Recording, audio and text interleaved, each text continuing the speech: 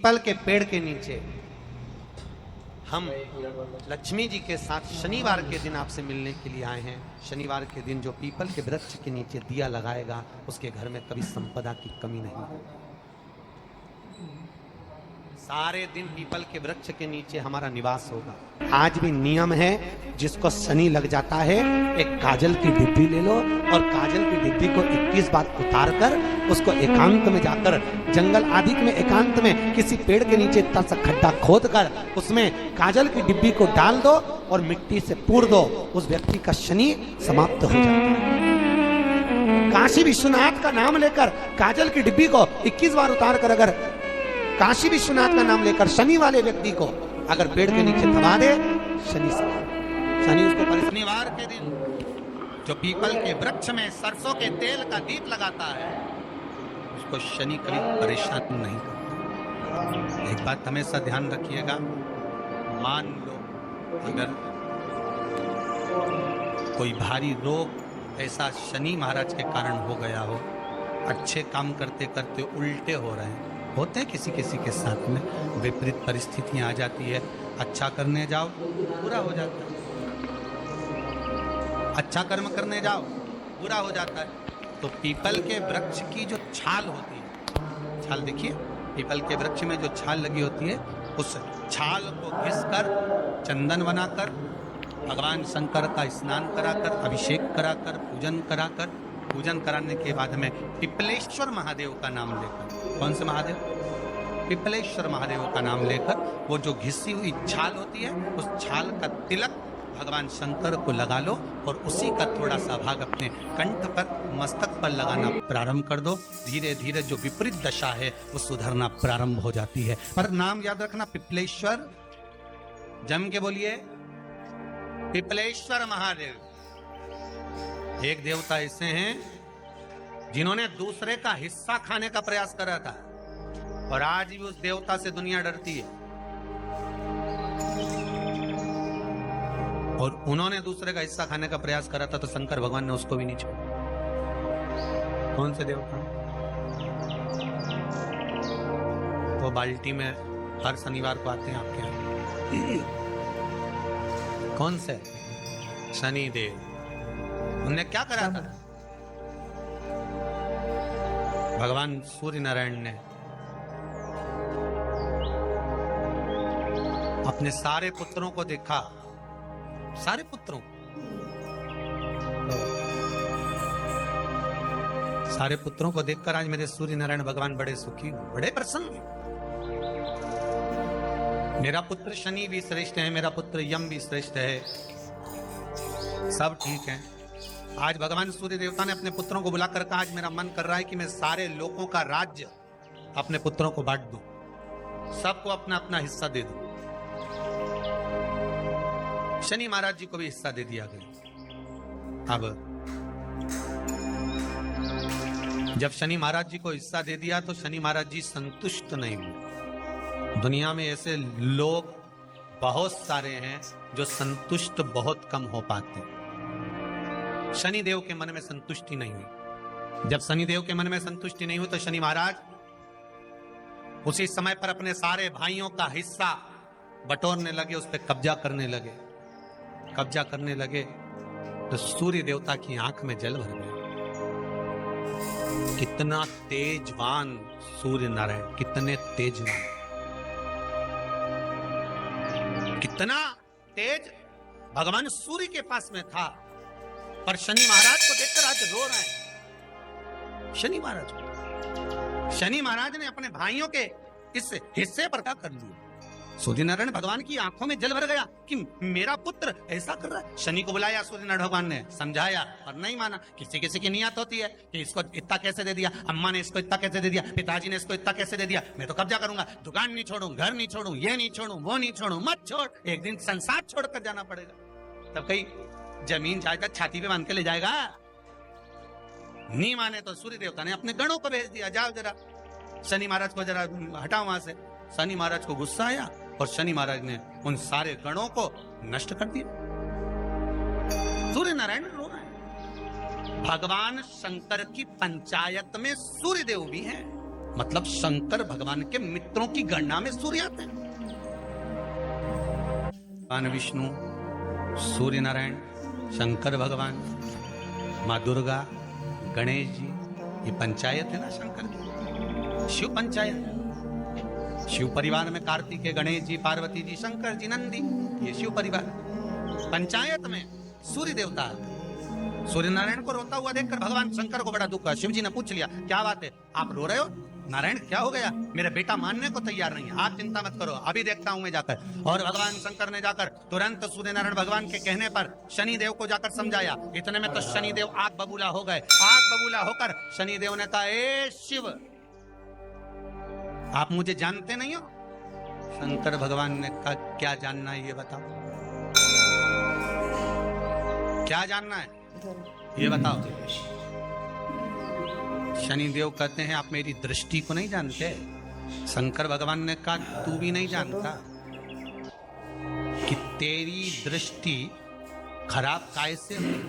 तेरी दृष्टि को श्राप किसका लगा है, तुझे नहीं मालूम क्या? शंकर भगवान ने जब समझाना चालू करा कि देख शनिदेव, तुम तो कह रहे हो,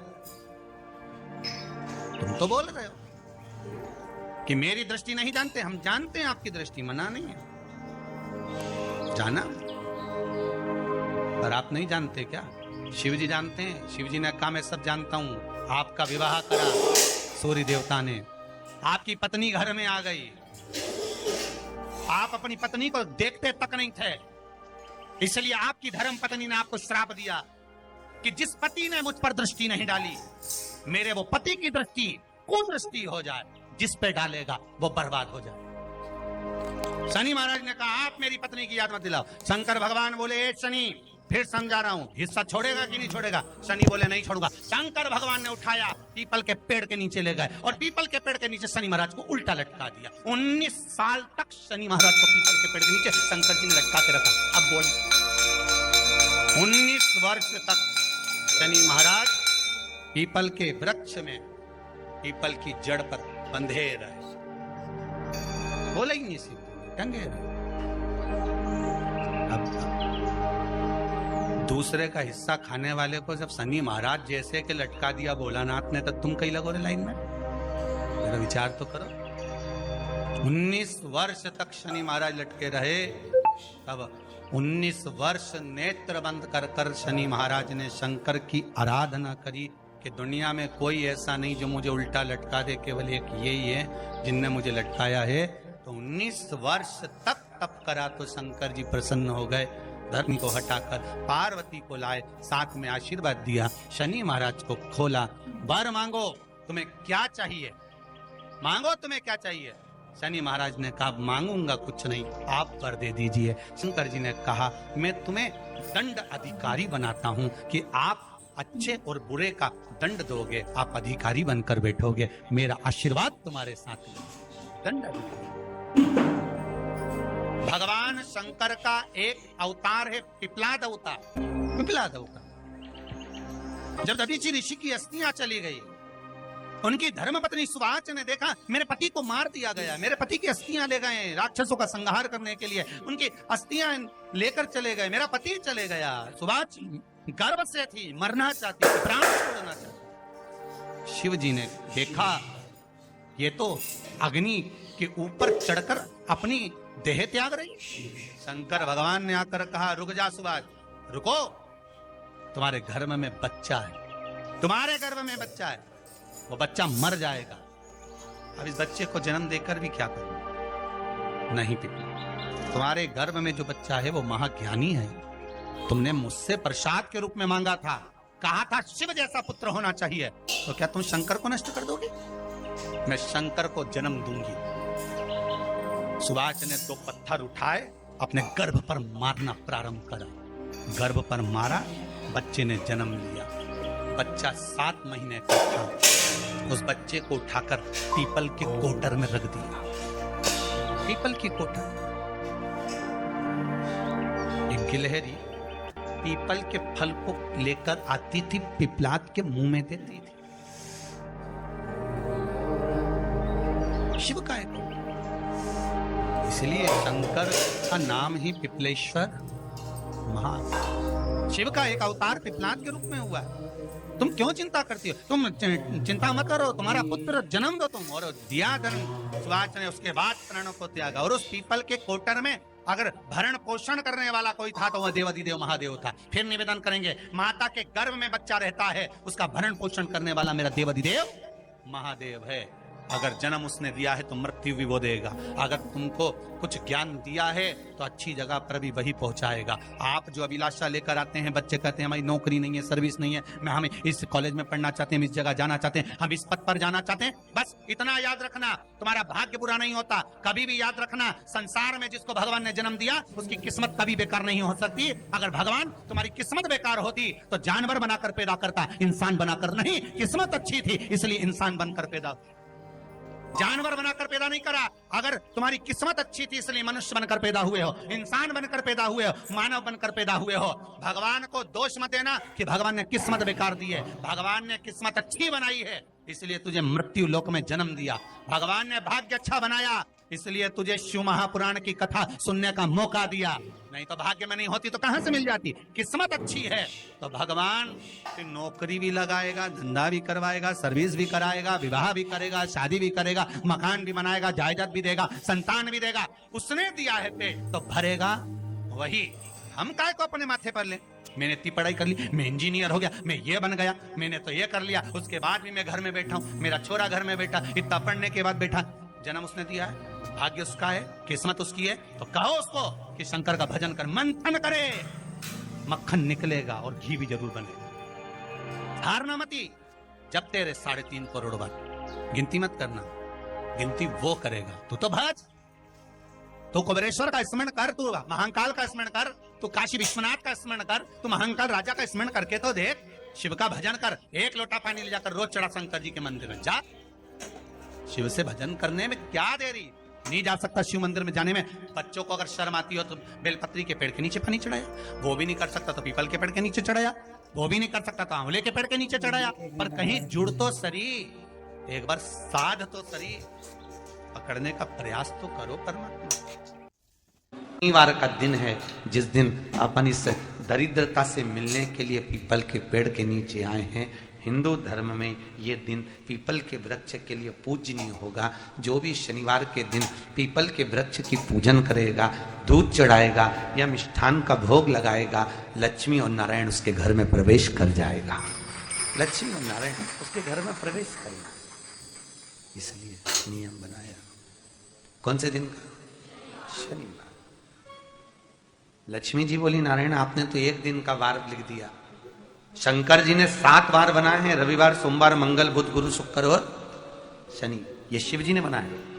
अब एक दिन आपने अपना बना लिया, बाकी के दिन अगर कोई इस पीपल के वृक्ष के नीचे आएगा और यहां तो दरिद्रता बैठी है तो उसका क्या होगा? भगवान नारायण बोले, सुन दरिद्रता, तेरे से एक विनती है, अगर कोई भी मनुष्य इस पीपल के पेड़ के नीचे अगर 7 दिन में आता है और उसके हाथ में अगर कोई सामग्री होती है तो तू उसके घर में प्रवेश नहीं करेगी। नियम है पीपल के वृक्ष का, या तो पानी का लोटा लेकर जाओ, कुंकू का चोपड़ा लेकर जाओ, शक्कर लेकर जाओ, या पेड़ के नीचे चींटी को डालने के लिए आटा ले जाओ, पर खाली हाथ पीपल के वृक्ष के नीचे कभी मत जाओ, कभी नहीं। खाली हाथ जाओगे तो दरिद्रता तुम्हारे घर में प्रवेश करेगी। दरिद्रता उठकर खड़ी होकर बोली, नारायण तुमने अपनी मनमानी करी है, एक दिन मुझे भी मेरा चाहिए। भगवान ने कहा, बोल कौन सा दिन चाहिए? दरिद्रता कहती है, रविवार के दिन इस पीपल के वृक्ष के नीचे मैं दिन भर नृत्य करूं, इसमें रहूं, और जो यहां आए रविवार को मैं उसके घर में प्रवेश करूं। भगवान ने कहा, ठीक है। दरिद्रता, रविवार का दिन एक ऐसा दिन रहेगा जिस दिन तू इस पीपल के वृक्ष के नीचे नृत्य करेगी और जो आएगा इस पीपल के वृक्ष के नीचे तो उसके साथ प्रवेश करेगी। मैंने तुझे वर दिया। इसलिए हमारे यहाँ केवल पीपल का वृक्ष अगर दीवार में भी लग जाता है ना, किसी की व्यक्ति की दीवार में, किसी के घर की दीवार में पीपल का वृक्ष अगर लग जाता है, पीपल का पौधा लग जाता है, उसको कितना भी तोड़ लो वो वापिस लग जाएगा। फिर तोड़ोगे फिर लग जाएगा। अगर पीपल के पौधे को तोड़ना है तो केवल रविवार का दिन एक नींबू, एक मिर्ची, और बमूल का कांटा, ये 3 चीजें रखने के बाद में आधे घंटे बाद रविवार के दिन पीपल के पेड़ को उखाड़ कर फेंक दो। दूसरी बार कभी पीपल दीवार में लगता ही नहीं, कभी नहीं लग सकता। केवल एक रविवार का, केवल एक संडे, इतवार का।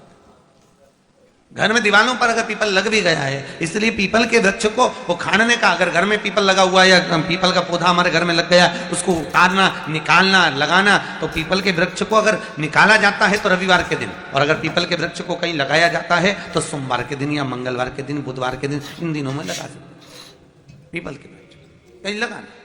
शनिवार का दिन एक ऐसा दिन होता है जिस दिन पीपल के वृक्ष को कहीं जाकर लगाया नहीं जाता, क्योंकि शनिवार के दिन पीपल के वृक्ष के नीचे लक्ष्मी रहती है। हम अपने हाथों से अगर पीपल का वृक्ष किसी दूसरी जगह पर शनिवार को रोपित करते हैं तो हमारे घर की लक्ष्मी अपने घर से छिन्न होकर चली जाती है। इसलिए शनिवार के दिन पीपल लगाया नहीं जाता, किसी के घर जाकर उसको वापिस पलटा नहीं जाता। लग गया उसको। प्रभु मेरी धर्म पत्नी को कहां रखूं, आप बताओ। वो तो जहां यज्ञ होता है, अनुष्ठान होता है, दान होता है, पुण्य होता है, सत्कर्म होता है, वहां जाने को तैयार नहीं। अब करूं क्या? भगवान ने बोला एक काम करो। दुर्वासा जी बोले जिसके यहां रात्रि में बर्तन झूठे पड़े रहते हो, उसके घर में इस दरिद्रता को लेकर तुम प्रवेश कर जाना। जिसके यहां रात्रि में बर्तन झूठे पड़े हो, वहां लेकर प्रवेश कर जाओ। दूसरी जगह दुर्वासा जी बोले जो स्त्री घर में दोपहर के समय पर सो रही हो, उसके घर में इसको लेकर प्रवेश कर जाइए। जो स्त्री दोपहर के समय में घर पर सो रही हो, इस दरिद्रता को लेकर प्रवेश कर जाइए। तीसरा, जिसके यहां पर दरवाजे पर कांटे वाले पौधे लगे हों, उस घर में इस दरिद्रता को लेकर प्रवेश कर जाइए। दरिद्रता, कितनी सुंदर बात कही है। दाता और विधाता, कौन कौन? दाता और विधाता, लक्ष्मी और दरिद्रता के सगे भाई हैं। कौन कौन? दाता और विधाता। दाता को फिटकरी प्रिय है, विधाता को नमक प्रिय। ये दोनों हमेशा लक्ष्मी को और दरिद्रता को दोनों को समझाते थे, दोनों में प्रेम बढ़ाते थे। आज भी हिंदू धर्म की रीति है। यहां तो ठीक है, जिसके यहां पर भी अगर थोड़ी सी भी परेशानी होती है, थोड़ा सा क्लेश होता है, अशांति होती है, लक्ष्मी नहीं टिक रही हो, काम नहीं बन रहे हो, बहुत प्रयास करा जा रहा हो और हमारा कार्य नहीं होता, तो क्या करते हैं? फिटकरी और नमक को पानी में डाल देते हैं और घर में पोछा लगा देते हैं। आप लोगों ने आजकल फेसबुक पे भी पढ़ा होगा, व्हाट्सएप पे भी पढ़ा होगा। तो क्यों लिखा उसमें? उसका कारण ही केवल था कि दाता और विधाता की प्रियता। बाबू का बोल। माता ख्याति के जो 4 बच्चे हुए, इसमें जो 2 लड़के हैं, दाता और विधाता, उसकी प्रियता, उसकी पूर्णता। अब दुर्वासा जी बोले अपनी धर्म पत्नी को वहां लेकर, जहां कांटेदार पौधे लगे हों वहां पर लेकर प्रवेश कर जाइए। कांटेदार पौधों में उस दरिद्रता का निवास हुआ। आए जब कष्ट, बहुत कष्ट का जीवन चल रहा हो, बहुत कष्ट की जिंदगी चल रही हो, ध्यान लगाना, अगर कष्ट का जीवन चल रहा हो, तकलीफ की जिंदगी चल रही हो, 5-7 सोमवार, या तो 5 सोमवार या 7 सोमवार, हाथ में दुर्वा, मान लो ये तुमने दुर्वा ले ली, हाथ में दुर्वा, एक बेलपत्र, और उसी हाथ में अपने घर का भरा हुआ 1 लोटा जल।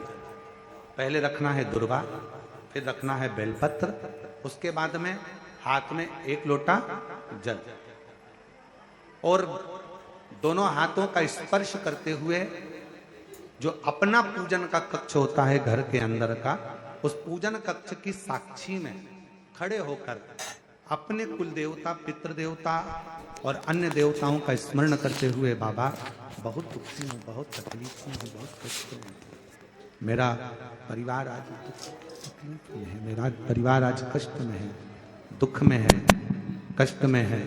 बाबा को अपने मन का भाव कहते हुए, हृदय से प्रार्थना करते हुए अपने घर के मंदिर से निकलकर फिर उस जल को लेकर शिवालय तक जाओ और दक्षिण की ओर खड़े होकर उत्तर की ओर मुख कर जल समर्पित करो।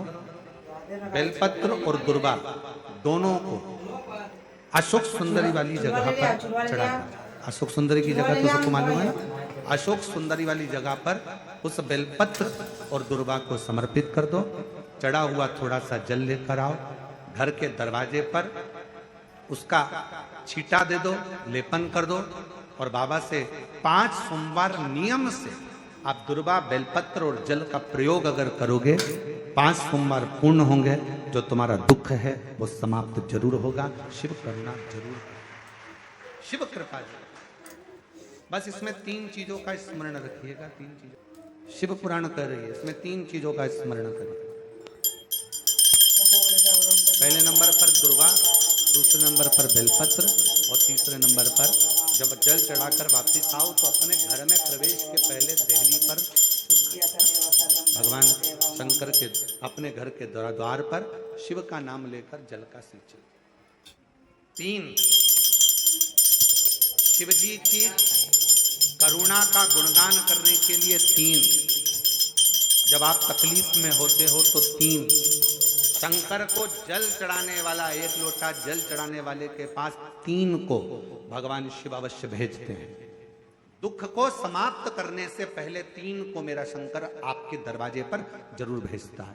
पहले नंबर पर मां आद्य शक्ति दुर्गा को आपकी पड़ोसन के रूप में, आपके रिश्तेदार के रूप में, आपके कुटुंबी के रूप में, आपके संबंधियों के रूप में, किसी ना किसी के रूप में आपके पास भेजकर बोलेंगे, क्यों घबराती हो, क्यों चिंता करती हो, क्यों टेंशन लेती हो।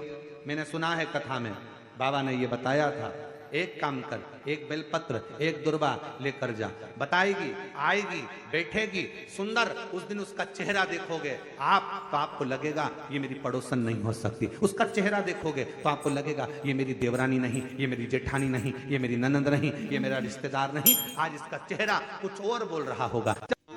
होगी तब कोई तुम्हारे कहेगा, धीरे से सामने नहीं आएगा तो सुंदर स्वरूप धारण कर कर स्वप्न में आकर कहेगा। ऐसा लगेगा कोई तुम्हें जगा कर कह रहा है कि तू घबराना मती, तू ये कर लेना, समझ। धीरे से सामने नहीं आएगा तो सुंदर स्वरूप धारण कर कर स्वप्न में आकर कहेगा। ऐसा लगेगा कोई तुम्हें जगा कर कह रहा है कि तू घबराना मती, तू ये कर लेना, समझ लेना मेरे बाबा ने अपनी अर्धांगिनी पार्वती को